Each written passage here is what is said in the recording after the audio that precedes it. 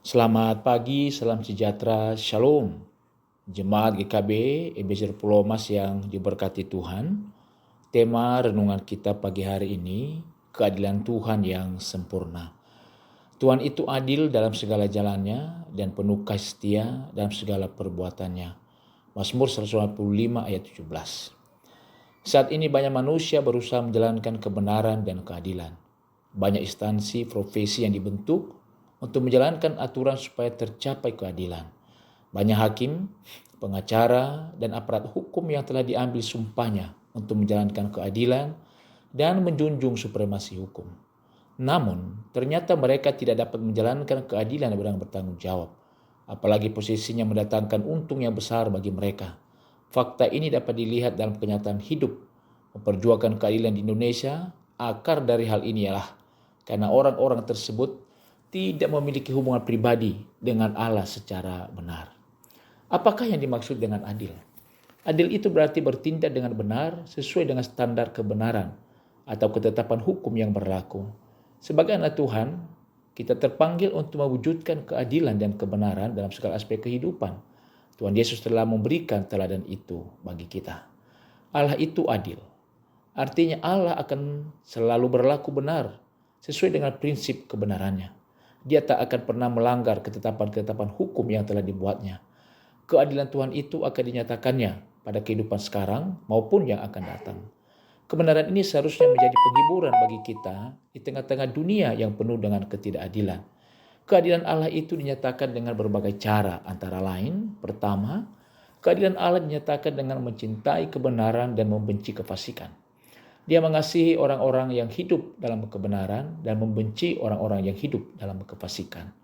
2. Keadilan Allah dinyatakan dengan menjatuhkan hukuman atas setiap pelanggaran dan dosa dan tidak akan membiarkan pelanggaran dan dosa berlaku begitu saja dari hadapannya.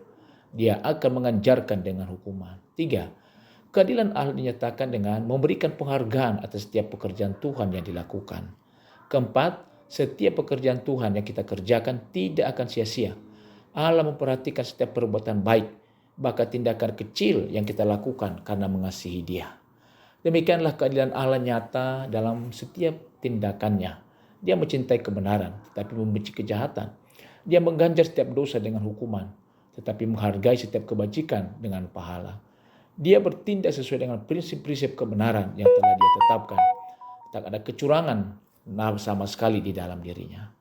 Sampai di sini mungkin ada yang bertanya, bila keadilan Allah sedemikian ketat, bahwa Dia tak akan membiarkan dosa apapun berlalu tanpa hukuman, bagaimana kita dapat diselamatkan? Bukankah kita semua telah jatuh dan berbuat dosa?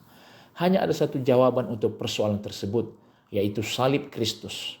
Tanpa salib Kristus, tak ada seorang pun manusia pun yang akan diselamatkan. Semua manusia telah berbuat dosa, dan berdasarkan keadilan Allah mereka semua harus binasa. Akan tetapi, salib Kristus membuat segalanya berbeda. Allah telah mengaruniakan putranya yang tunggal, Yesus Kristus, untuk mati di atas kayu salib, menanggung segala dosa kita, umatnya yang percaya kepadanya.